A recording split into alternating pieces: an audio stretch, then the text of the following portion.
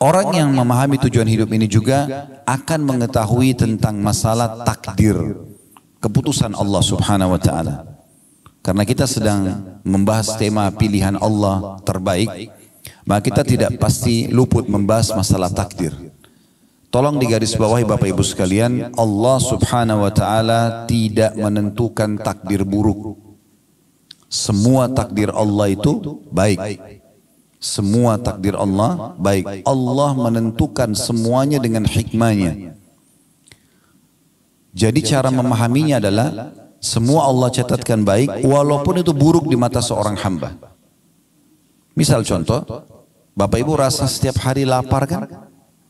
Rasa haus, rasa capek. Siapa di antara kita yang tidak pernah sakit misalnya? Tapi mungkin di mata manusia itu tidak enak. Karena kalau ditanya apakah Anda mau lapar, Anda akan katakan tidak. Mau haus, Anda akan katakan tidak. Mau capek, Anda katakan tidak. Tetapi kalau kita lihat dengan kacamata agama, secara spiritual atau secara keimanan, maka kita akan faham ternyata semua itu dengan takdir yang luar biasa dari Allah Subhanahu wa taala baik. Karena dengan lapar akan nikmat seseorang itu makan. Dengan haus akan nikmat seseorang itu minum. Dengan capek akan nikmat seseorang itu istirahat.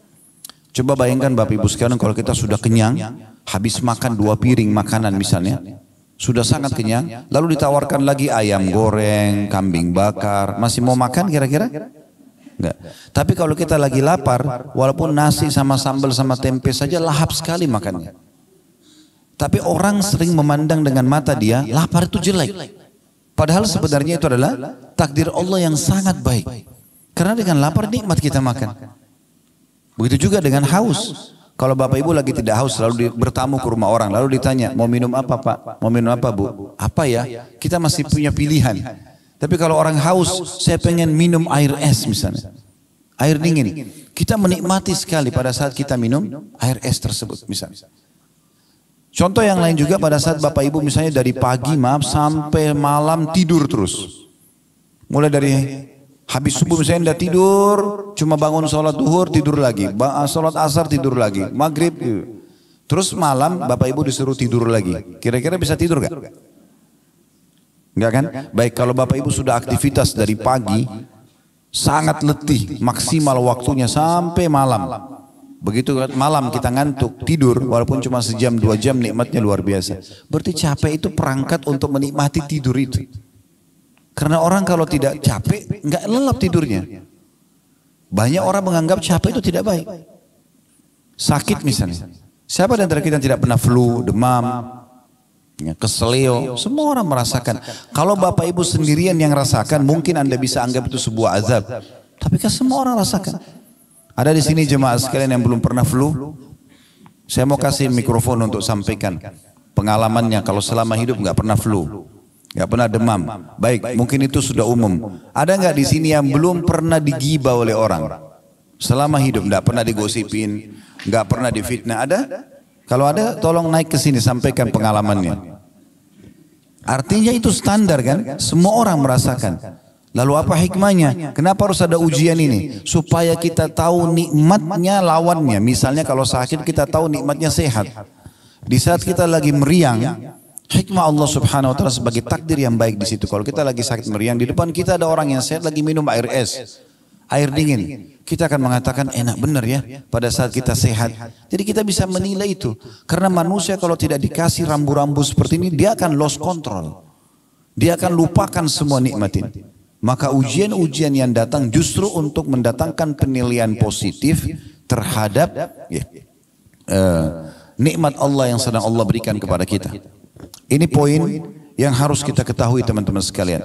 Dan cukup banyak pendapat-pendapat ulama, dalil-dalil yang berhubungan dengan masalah ini. Kalau takdir Allah itu semuanya baik. Di antaranya sabda Nabi SAW yang masyhur hadis riwayat Muslim, ajaban li amri mu'min, sungguh mengagumkan perkaranya orang-orang beriman. Lalu kata Nabi SAW, inna amrahu kulluhu khair. Atau kulluhu khair. Semua perkaranya orang mukmin itu baik. Semua dia terasakan takdirnya baik. In asabahu sarra syakar.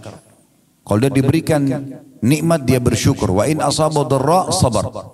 Kalau dia diberikan ujian maka dia sabar. Wala yakunu dzalika illa lil mu'min. Dan itu tidak dimiliki kecuali oleh orang beriman. Kata ulama menanggapi hadis ini menandakan bahwasanya baik itu sebuah nikmat yang melimpah maka itu adalah kebaikan, takdir Allah SWT yang baik.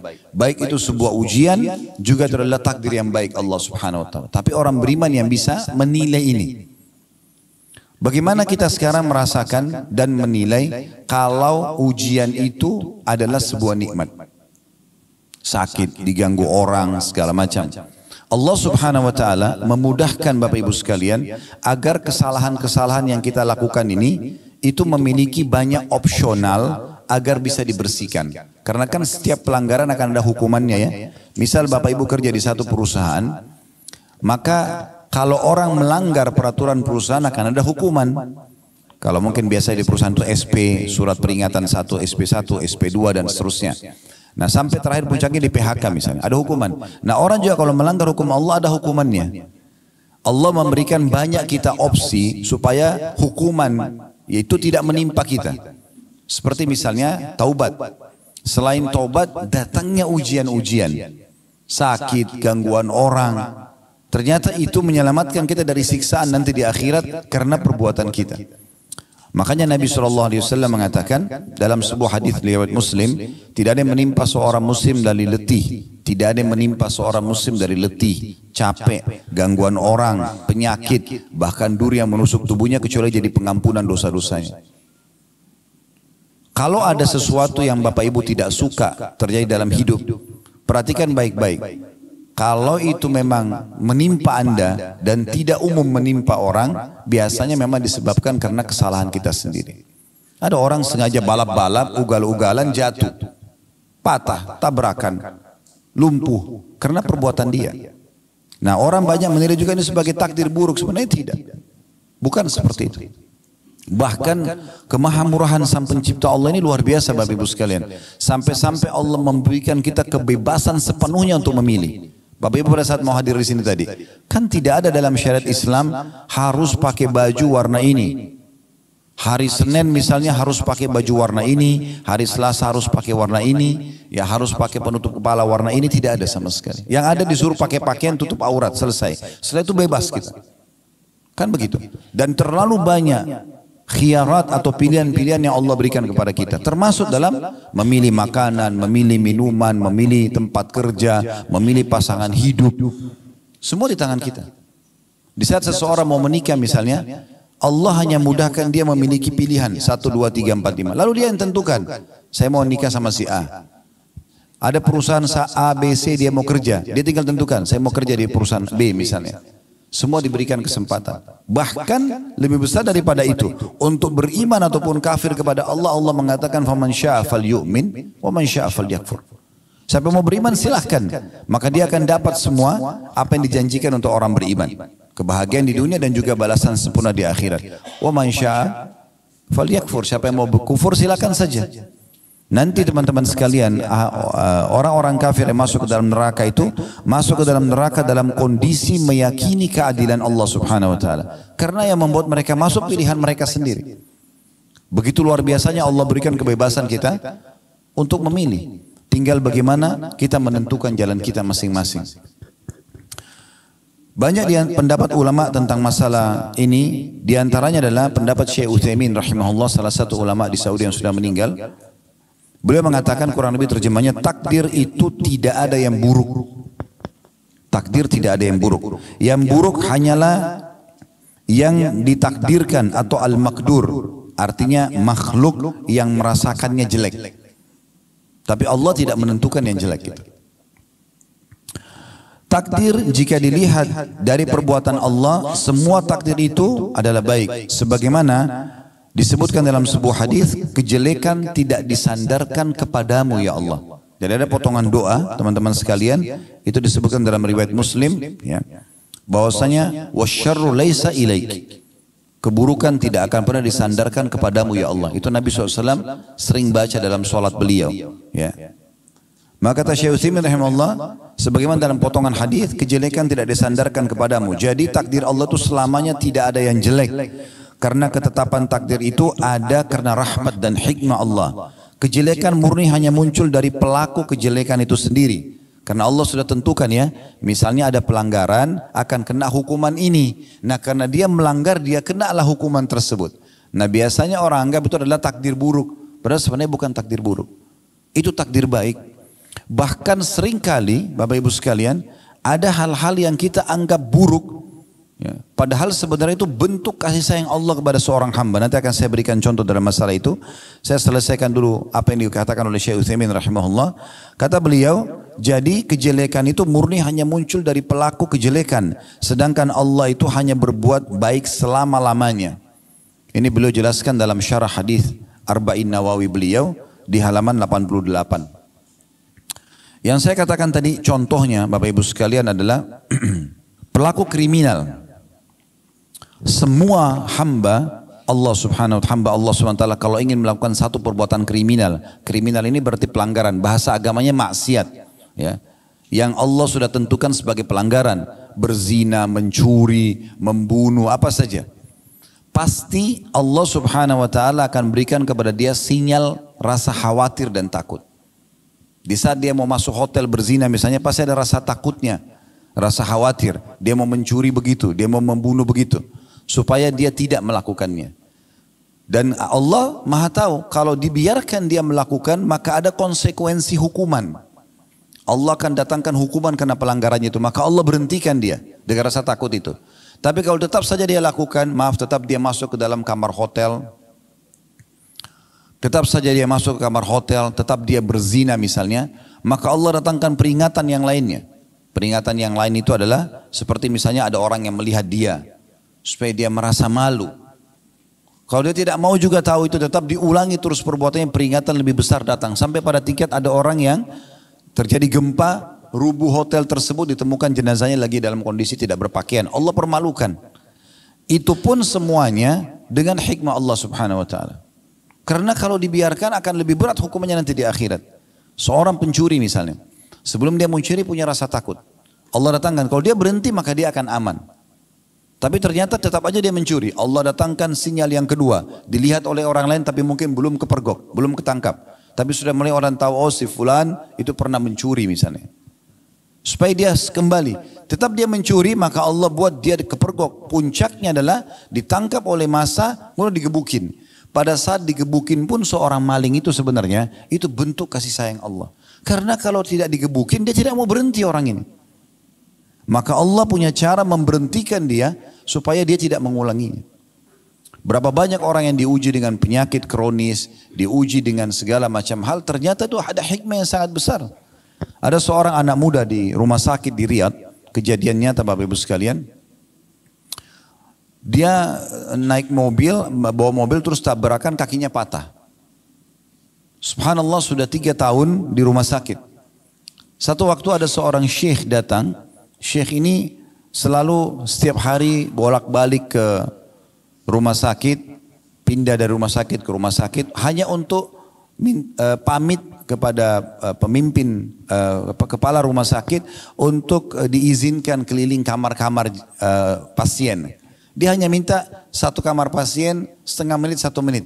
Hanya menyabarkan mereka, mendoakan mereka lalu dia pergi untuk mendapatkan pahala menjenguk orang sakit itu. Subhanallah, dia masuk kamar anak muda ini, kakinya masih digip, ya, pakai semen dan digantung. Sudah 3 tahun.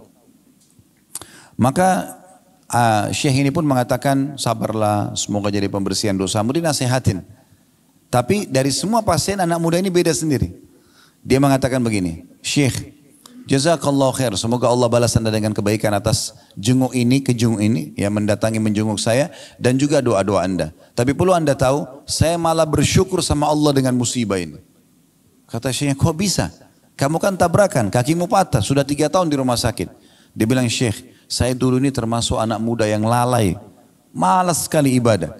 Nggak pernah sholat, ugal-ugalan, itu sampai saya kejadian tabrakan itu, karena ugal-ugalan.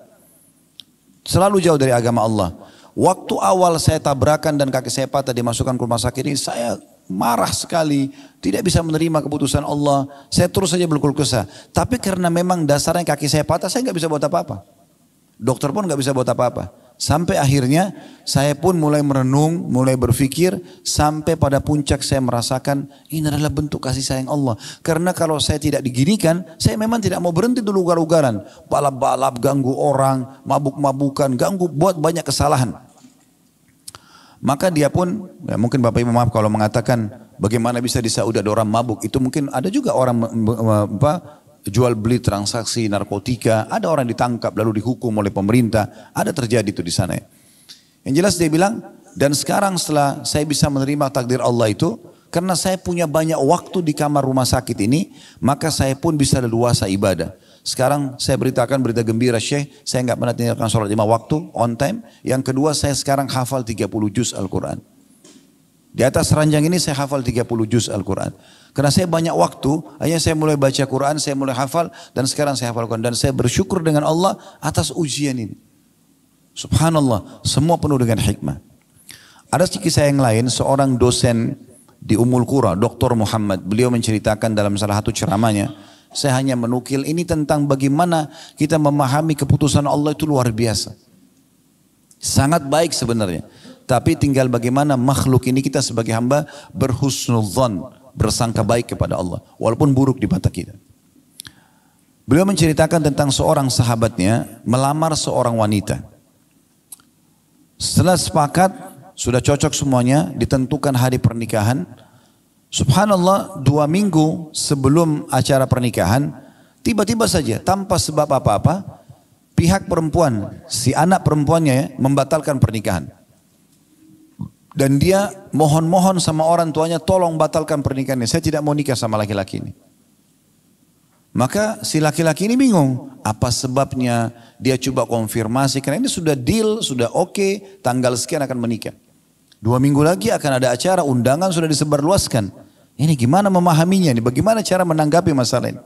Maka dia tanya ke orang tua perempuan itu, mereka bilang kami tidak bisa buat apa-apa. Kami sudah coba ngerayu anak ini, kami sudah jelaskan tentang menjaga nama baik, kami sudah jelaskan pernikahan itu baik dalam agama, tapi tetap aja dia tidak mau. Pokoknya dia minta dibatalin. Kata Dr. Muhammad, beliau mengatakan akhirnya dibatalkan pernikahan tersebut.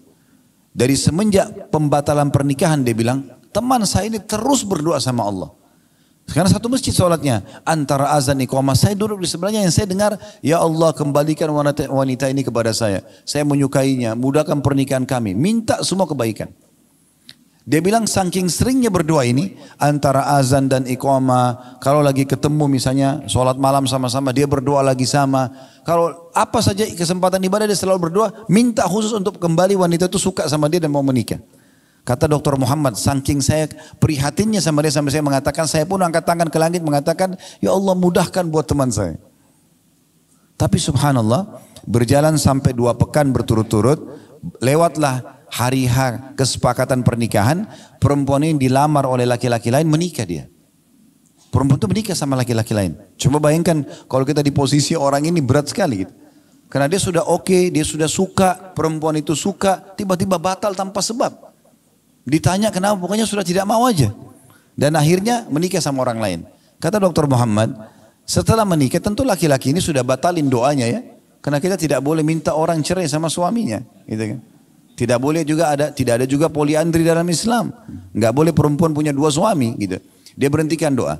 Lalu dia bilang, Dr. Muhammad yang cerita, saya baru melihat hikmah Allah subhanahu wa ta'ala, bagaimana sayangnya Allah sama teman saya ini, justru setelah wanita itu nikah sama laki-laki yang jadi suaminya sekarang. Sebulan setelah pernikahan, payudara laki perempuan ini, itu sebelah kanan kena kanker ganas dan harus dipotong. Ini bulan pertama pernikahan. Ya kalau kita bilang Indonesia masih bulan madu. Bulan kedua, kanker itu tumpahnya menyebar ke payudara sebelah kiri dan juga harus dipotong. Ini kisah nyata. Dan bulan ketiga, urat saraf otak bagian belakang wanita ini itu ada bermasalah sampai membuat kedua matanya buta. Dan di bulan keempat wanita itu meninggal dunia.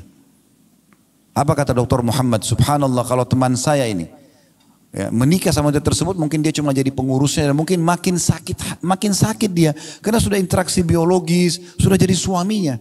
Tapi Allah punya hikmah yang luar biasa menyelamatkan kita dari hal-hal yang mungkin di mata kita baik, tapi mungkin tidak baik di mata Allah Subhanahu wa taala. Allah ini Bapak Ibu sekalian lebih sayang kepada kita daripada sayangnya ibu kita kepada kita. Dalam hadis Bukhari disebutkan, Pernah Nabi SAW selepas selesai memenangkan peperangan, rupanya di tawanan musuh ada satu ibu ini masih masa menyusui. Dia kehilangan anaknya. Kemudian dia datang ke tawanan perang, dan setiap kali dia lihat anak kecil diangkat, dibalik, dilihat mukanya bukan anaknya, diturunkan lagi. Sampai dia dapat anak dia. Begitu dia dapat anak dia, langsung dia peluk, disusuin anak itu. Di kancah peperangan, penuh debu, lagi suasananya luar biasa. Tapi karena ibu ini kehilangan anak, begitu dia dapat, dia sudah lupa semua itu. Anaknya dimasukin ke dalam bajunya, disusuin sama dia. Nabi SAW melihat itu.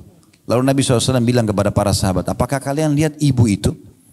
Mereka mengatakan, iya ya Rasulullah. Baik, apakah kalian mengira ibu ini akan mau melempar anaknya ke dalam api? Kalau kita bakar api ini, api unggun, kita suruh ibu itu lempar anaknya, mau nggak? Kata sahabat, tentu tidak ya Rasulullah. Tidak mungkin. Dia pasti akan terus mempertahankan anaknya selama dia mampu. Kata Nabi SAW, demi zat yang jiwaku dalam genggaman yang maksud demi Allah, sesungguhnya Tuhan kalian Allah lebih sayang kepada kalian daripada ibu itu kepada anaknya. Allah tidak ingin kita celaka. Allah tidak ingin kita masuk ke dalam neraka. Allah nggak ingin kita lapar, nggak ingin kita haus, nggak ingin kita merasa penderitaan, gitu kan? Tetapi sering kali terjadi ujian-ujian itu karena perilaku hamba itu sendiri. Dia penyebabnya. Dia melakukan pelanggaran agama yang akhirnya memang Allah sudah tentukan sebagai takdir, keputusannya akan kena hukuman ini misalnya. Seperti itu. Jadi kita tinggal berhusnudzon dengan Allah Subhanahu wa taala. Kapan kita sudah berbuat baik, kita pertahankan. Kapan kita berbuat yang salah, kita segera bertaubat. Orang yang segera kembali ke Allah Subhanahu wa taala, maka secara otomatis ya, dia akan mendapatkan yang terbaik dari Allah Subhanahu wa taala. Ada juga satu kisah yang lain. Ini kebetulan kisah nyata. Seorang wanita pernah berteman sama istri saya. Berjalan rumah tangga si teman istri saya ini, kalau tidak salah 15 tahun. Mereka nggak punya anak. Entah kenapa, subhanallah, si laki-laki si suaminya ini orang baik, suka bekerja, dia bekerja di tempat yang benar, juga dia sebagai suami yang ideal. Tapi tiba-tiba istrinya ini berkenalan sama laki-laki lain, ya. Kemudian dia, bahasa sekarang orang pacaran, selingkuh. Setelah itu dia paksa suaminya untuk menceraikan dia. Yang terjadi adalah si suami ini karena sudah 15 tahun berumah tangga, dia juga nggak punya salah. Kemudian tiba-tiba dia bilang, ada salah apa sama saya ini? Saya tahu karena kebetulan istrinya adalah sahabat istri, teman istri saya gitu. Kemudian dia bilang, ada apa dengan saya? Apa salahnya? Terus saja dia coba ya mengorek, tapi tetap istri bilang tidak mau. Intinya cerailah akhirnya. Ya, dan itu sangat menyakitkan bagi si laki-laki ini. Kemudian perempuan itu nikah sama selingkuhannya. Kisah nyata ini. Ini kebetulan kami tahu betul kisahnya. Dan alhamdulillah ini bukan ghibah karena kita tidak menyebutkan nama. Ya.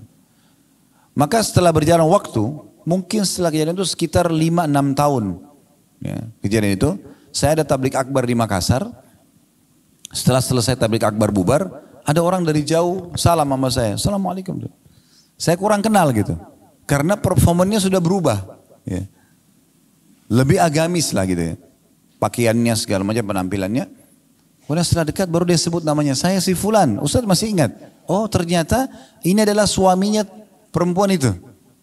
Yang 6 tahun lalu atau 5 tahun lalu ditinggal sama istrinya. Istrinya selingkuh terus nikah sama selingkuhannya. Kalau setelah itu saya putus kontak gitu. 6 tahun kemudian 5-6 tahun kemudian saya ketemu. Ternyata dia orang ini. Dan hadir di tablik akbar kami. Terus saya karena merasa prihatin, saya masih ingat kasus dia, lalu saya tanya, maaf. Jadi setelah tanya kabar segala macam, lalu bagaimana kejadiannya? Oh alhamdulillah dia bilang. Orang ini bilang, suami tadi si perempuan yang selingkuh itu. Alhamdulillah. Oh kenapa alhamdulillah? Alhamdulillah setelah saya ditinggalkan dulu memang saya sempat terpukul. Karena istri saya meninggalkan saya, apalagi nikah sama laki-laki lain. Tapi setelah itu saya sempat vakum tuh berapa bulan, berapa waktu gitu saya tidak tahu harus buat apa. Sampai akhirnya saya bangkit kembali, saya sangka baik sama Allah. Saya menikah, sekarang saya diberikan oleh Allah istri yang salehah. Dan Allah karunia sekarang saya anak atau 2 atau 3 dia bilang. Dulunya dia nikah 15 tahun gak punya anak. Istrinya juga jauh dari agama, tidak berhijab segala macam. Sekarang Allah kasih gantinya wanita soleha, punya anak dan dia sangat bahagia. Subhanallah. Kata Nabi SAW apa? Innamas sadmatu fil ula. Sebenarnya pukulan yang dirasakan dari ujian itu hanya di awal saja. Setelahnya itu sudah jadi biasa sebenarnya. Tinggal bagaimana kita harus memahami poin penting Bapak Ibu sekalian. Memang dalam kehidupan kita di muka bumi ini ada dua sayap kita. Kalau saya bahasakan sayap supaya mudah difahami. Sayap yang pertama supaya berimbang. Tapi ini dua-duanya harus berimbang kiri kanan ya.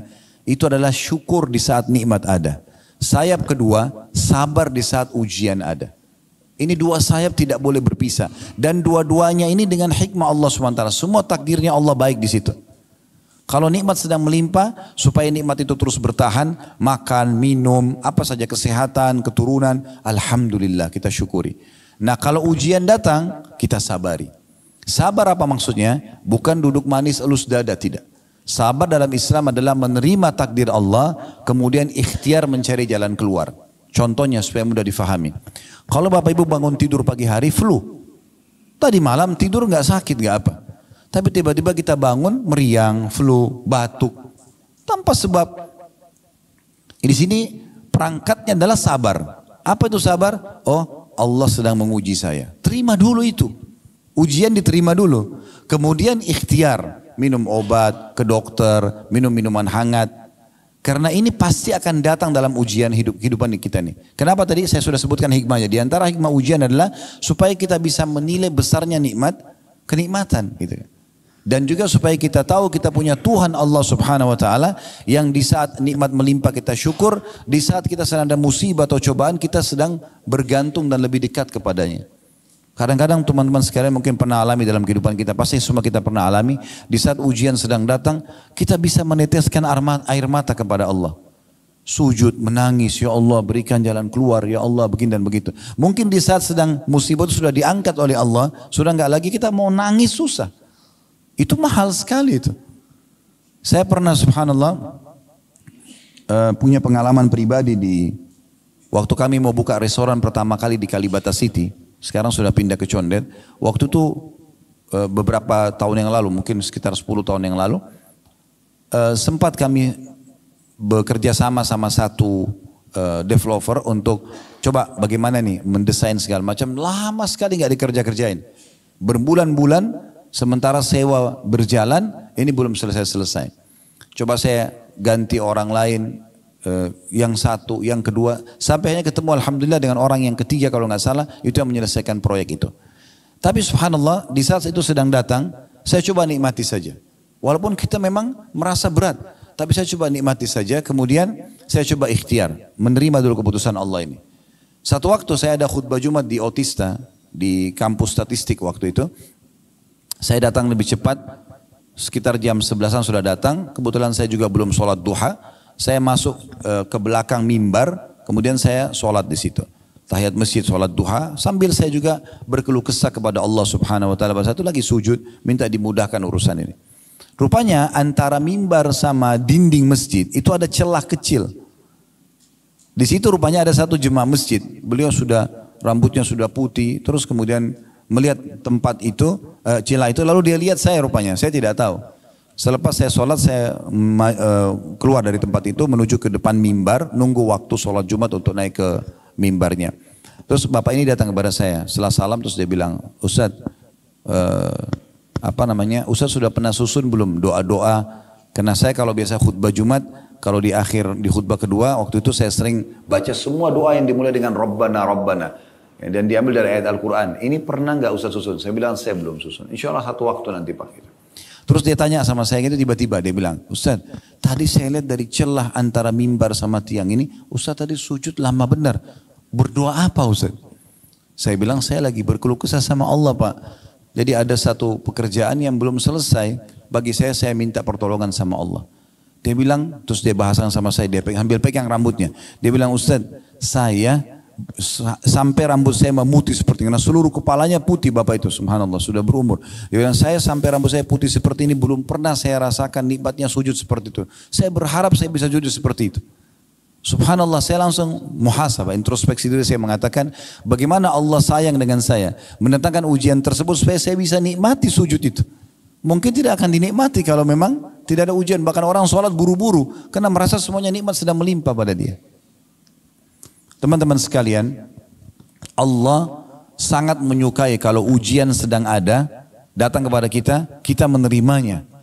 Dan kemudian kita bersyukur kepada Allah Subhanahu wa taala atas ujian tersebut dengan cara kita berusaha meningkatkan skill kita dengan cara mencari solusinya. Karena salah satu hikmah ujian adalah kita belajar untuk bisa lebih menguasai ya sesuatu yang akhirnya menambah pengalaman hidup kita. Karena kalau kita tidak punya pengalaman hidup juga kita jadi vakum dalam kehidupan ini. Itu salah satu juga hikmah daripada ujian tersebut. Baik, kita kembali ke masalah tadi. Nabi SAW mengingatkan perkara orang mukmin kalau diberikan nikmat dia bersyukur, kalau diberikan ujian dia bersabar, gitu kan? Dan ini harus berimbang Bapak Ibu sekalian. Jangan sampai nikmat ada, Bapak Ibu bersyukur. Lagi sehat, lagi ada makanan, ada rezeki, ada pekerjaan, alhamdulillah. Tapi begitu ujian datang, keluh kesah. Ini enggak berimbang hidupnya nanti. Kemudian juga ada orang sebaliknya, kalau ada ujian datang, kayak dia masih miskin misalnya hidupnya, dia bisa terima. Tapi begitu Allah bukain pintu rezeki dia enggak bersyukur. Ini enggak berimbang. Harus berimbang keduanya. Dan pasti akan datang ujian dalam hidup kita. Dan itu bagaimana kita tinggal bersangka baik sama Allah. Menjadikan sebagai momentum untuk belajar dan dapat pengalaman lebih baik lagi. Nabi Muhammad SAW juga diuji. Bahkan Nabi SAW dalam hadis Bukhari pernah dijenguk oleh seorang sahabat. Beliau lagi demam saking panasnya tubuh beliau. Sampai panasnya tembus di selimut itu. Sahabat ini pegang sambil mengatakan, ya Rasulullah, sesungguhnya anda ditimpa demam yang tidak normal nih. Luar biasa ini. Kata Nabi SAW, iya, aku diuji oleh Allah 2 kali lipat dari ujian kalian. Artinya kalau demamnya kita maksimal 40, mungkin Nabi bisa 80 derajat. Itu panas sekali. Ini Nabi nih, kekasih Allah tapi diuji begitu. Lalu apa kata sahabat ini? Langsung berpikiran sangka baik. Sahabatnya mengatakannya, Rasulullah, kalau begitu apakah berarti anda juga dapat double pahala? Kata Nabi SAW, iya tentunya. Karena sesungguhnya besarnya kadar balasan pahala sesuai dengan besarnya kadar balas ujian. Atau besarnya ujian seseorang hamba. Lalu sahabatnya bertanya, ya Rasulullah, siapa orang yang paling berat ujiannya? Kata Nabi SAW, para nabi-nabi. Kemudian datang orang-orang yang mendekati iman mereka dengan nabi-nabi dan terus begitu. Dalam riwayat lain, siapa yang kuat agamanya, ujiannya akan lebih berat. Dan begitu terus orang diuji sampai sesuai dengan kadar kekuatan imannya. Di poin ini Bapak Ibu sekalian, saya berharap jangan menilai negatif ya. Jangan bilang kalau begitu saya tidak usah menjadi orang yang kuat imannya karena ujiannya berat. Ini bukan begitu memahaminya. Ujiannya maksudnya adalah di saat ada 2 orang yang sedang diuji. Misalnya tadi contoh Nabi SAW demam. Kalau orang yang sangat kuat imannya, dia diuji misalnya demamnya. Misal 2 hari, orang yang ringan imannya, mungkin diuji 2 hari atau 3 hari demam sembuh. Mungkin orang yang kuat imannya jadi 1 minggu diujinya. Tapi itu juga tujuannya untuk memberikan pahala lebih besar kepada dia. Jadi ujian bukan ujian yang di luar orang-orang umumnya. Tapi ujian yang sama cuma mungkin waktunya lebih panjang. Karena hadis ini seperti itu menyebutkan Nabi SAW demam, tapi lebih demam daripada orang-orang sebelumnya. Ada derajat-derajat di surga Bapak Ibu sekalian tidak bisa didapatkan kecuali dengan ujian. Oleh karena itu orang beriman diuji oleh Allah Subhanahu wa taala. Dan ingatlah Nabi SAW itu Bapak Ibu sekalian tidak pernah berkeluh kesah dalam ujian Allah Subhanahu wa taala. Meninggal istri beliau Khadijah di masa-masa dakwah lagi membutuhkan Khadijah di saat itu di Mekah. Ya, meninggal dari 7 orang anak Nabi SAW, 6 orang meninggal di masa hidup beliau. Bayangkan kita punya 7 anak, 6-nya meninggal di masa hidup beliau. 3 anak laki-laki semua meninggal masih bayi. Qasim, Abdullah dan Ibrahim. Qasim dan Abdullah dari Khadijah, Ibrahim dari Maria. Kemudian 4 anak perempuan beliau, 3 meninggal di masa hidupnya. Ya, Ruqayyah, Ummu Karthum dan Zainab meninggal di masa hidup Nabi SAW. Nanti Fatimah saja satu-satunya anak beliau yang meninggal 1 tahun setelah meninggalnya Nabi SAW. Tapi meninggal 7 anaknya di masa hidup beliau.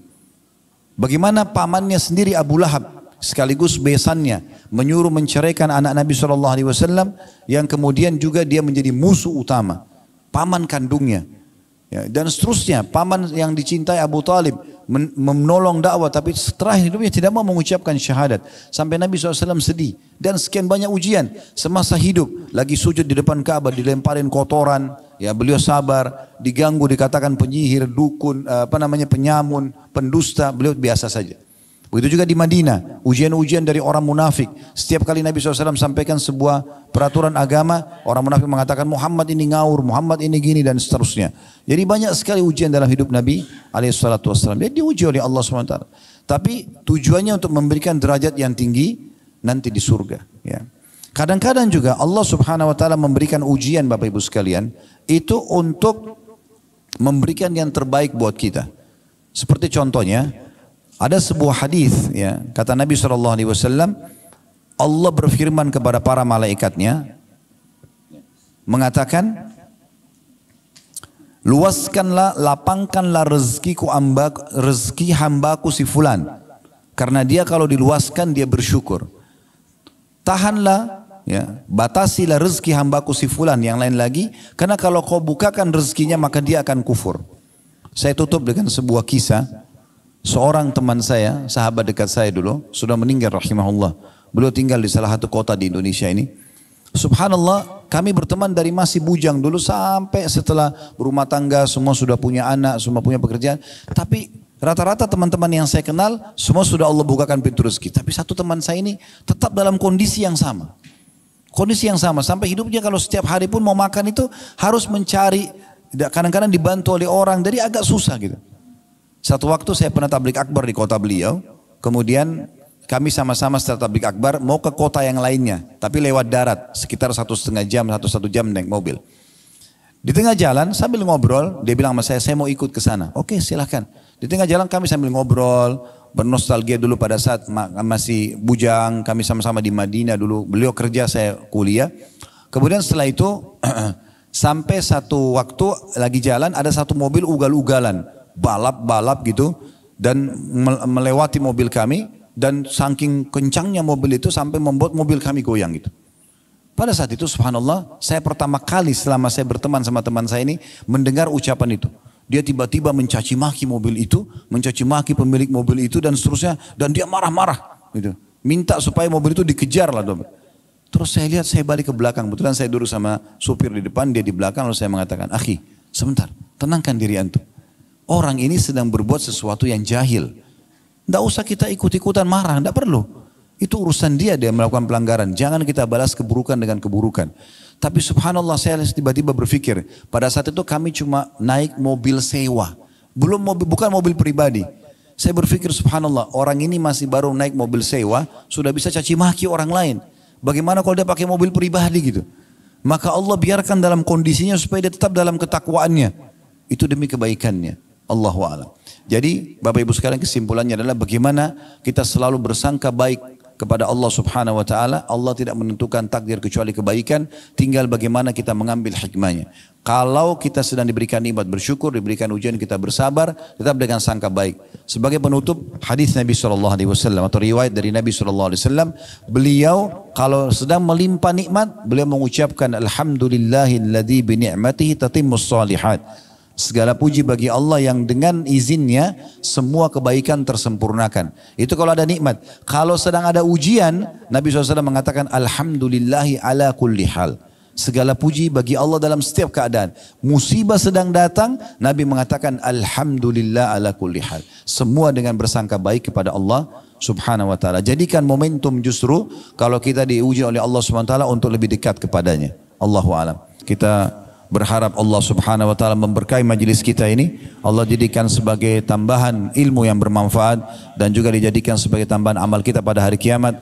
Semoga semua yang hadir dalam acara offline ini ataupun juga online dipenuhi semua hajat-hajatnya, dimaafkan kesalahannya, disembuhkan penyakitnya, diluaskan rezekinya, diberkahi sisa umurnya semua di atas ketaatan, serta dimaafkan seluruh kesalahan masa lalu dan ditutupi semua aib-aibnya, serta semoga Allah Subhanahu wa taala menyatukan kita semua di surga firdausnya tanpa hisab, semoga disatukan dalam majlis ilmu yang mulia ini.